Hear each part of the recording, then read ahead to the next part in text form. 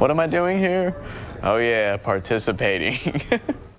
I'm Drake McElroy, professional motorcycle dude, Red Bull X Fighters judge, and all-around curious guy. With the Red Bull X Fighters World Tour, I get to go, you guessed it, all around the world. Would you pass up an opportunity to see the world on somebody else's dime?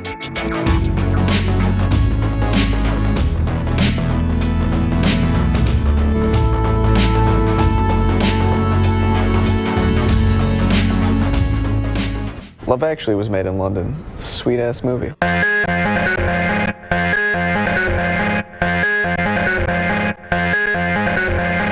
London, the Rolling Stones, David Bowie, Snatch, Nick Hornby, Harry Potter, Lemmy, pubs, Keira Knightley, birthplace of punk, a great bike culture, fun people, a both modern and historic city, and of course, plenty of... Do we really need to do the pint breakdown? Yes, on this trip I had my fair share of the third most popular drink in the world, after water and tea.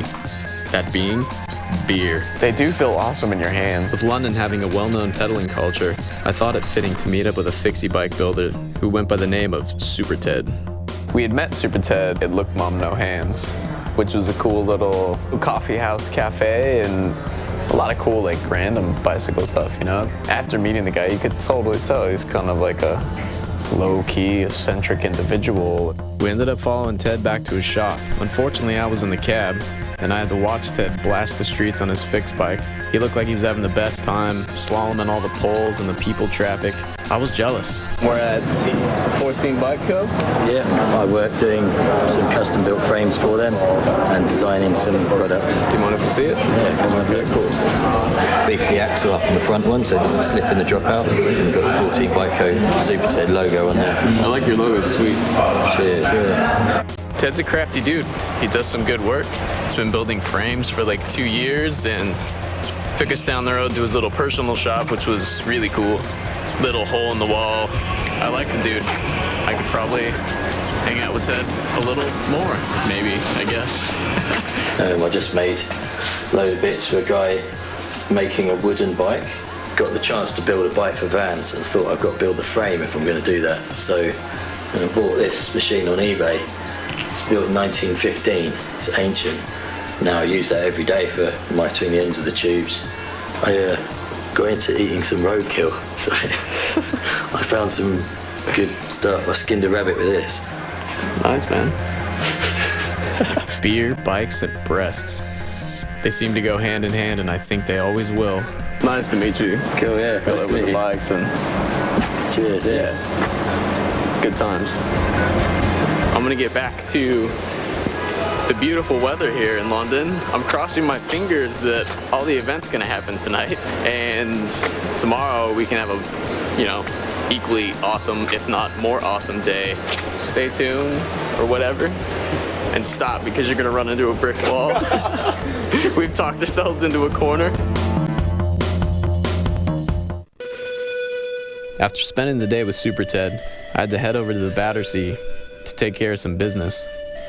Built in 1929, the Battersea Power Station is a decommissioned coal-fired power station located on the south bank of the River Thames. And it's also the location for the 5th stop of the Red Bull X Fighters World Tour, which I'm a judge of. The most stylish man in the whole arena, Drake McElroy from the US of A. England's infamously unpredictable weather had reared its soggy head, leaving the course wet and, let's just say, slightly unsafe.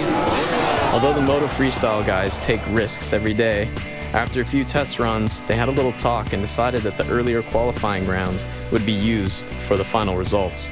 But with the sellout crowd of 30,000 people, the riders decided to give the fans a solid performance.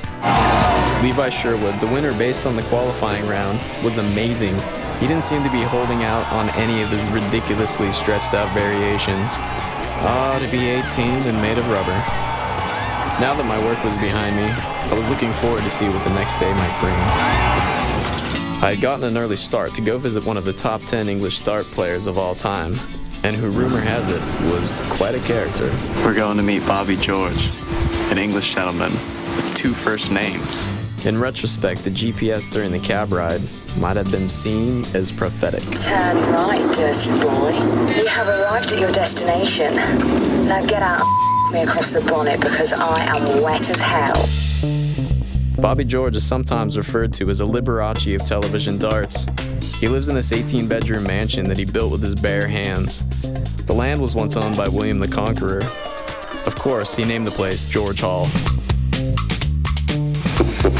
Well, I've got 18 bedrooms. I overdone it with the bedrooms. They asked me why did I have 18 bedrooms. I said because I like to make love to my wife in a different room. If she can find me, she can, you know. If she can't, I'm in room 12. Another bitter. Oh, please. Get that down your neck. That's like having English tea.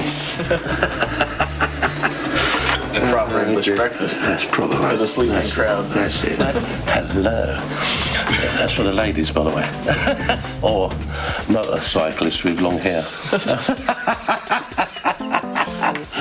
Oh dear. Do you have any characters in your game? Do you get that sort of thing, or they're too serious? No. Like in most sports now, everything's just serious. Well, even if you were serious, wouldn't you be a serious character? If you get too wound up with what you're doing, and you get miserable, you don't come across right. But if I'd done it when I was really young, I wouldn't have been any good. My nervous system allowed me to play that. If I knew some of the things I knew now that I knew then, like, my life would have been so much easier. Well, we can all say that. You've had your hair cut, wouldn't you? That's the first thing you would have done, wouldn't you? Oh, and for a dog to us nearly 30. It's unbelievable, isn't it? Yeah, man. I'm older than that. I'm good for I was saying, you're keeping it together, because if I did the math at 35 years, like, right? That's from the age. Look at that. Look. Hello. Ah, dear. To be world class, you've got to be born with that gift. Oh, true. I think, personally. But you guys, you're relying on a judge. Wouldn't like that. That's why it's I'll hard start to get... beating all the judges up, I would. Yeah. It's terrible. After a few pints, Bobby deemed me ready for my first lesson in darts. Oh, you guys all tiny. I was like, yeah, I'm always tiny because I really only had as much to work with as they gave me, and this is where I maxed out. So yeah, for the most part, I'm always tiny. Well, you're not tiny everywhere, are you? Nah. Your hair's quite long. Look, you're a scruffy bastard, basically, aren't you? Isn't he? Hey? Cheers. If you get bored, I'll read your arms, okay? Yeah, for sure. That's what Johnny says. Have you ever thrown darts?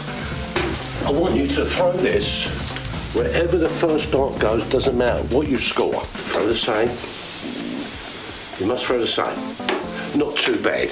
We're in one piece of pie. Yeah, one piece of pie. It's like that, isn't it? I never thought of that, you know. That's your nickname, piece of pie. Yeah, well, you're in 2 pieces of the pie. Maybe I'm leaning. Sadly, because of the train schedule, I had to take leave of Bobby. The night before, he gave me a gift. With a look at your haircut, you scrappy bastard. Put that in there. Go on, do you? No. Yeah, go on. See that? And I'll tell you what, I'll give it me DNA with it. Okay? Hasta la vista, baby. And may the darts be with you.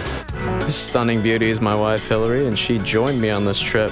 We met up with my buddy Ed Lay and his chum Adam Gendel, who both do a little bit of work for the X-Fighters. With these two as our guides, I quickly surmised it was clearly going to be a good day. We got to indulge in the old English soccer match at the pub. The place was packed. It was like standing room only from like mid-sidewalk all the way to the back wall, you know? My longtime friend Jesse Olsen had built the course for the X-Fighters tour. Since he was in town, he and his wife joined us in the East End. Genius, man! Having built up quite an appetite, Ed suggested curry, and the best place to find it was on Brick Lane. Trendy East London meets Bangladesh. It's a little warm. It's hot, isn't it? I gotta admit, one of the most entertaining parts of our meal was watching Jesse suffer. And there's probably no one more amazing at off-road than that dude, so it's gonna be a sweet day. But, really? You're just gonna ride over that? But after a minute, I got the hang of it. There's no throttle on this thing. I'm screwed.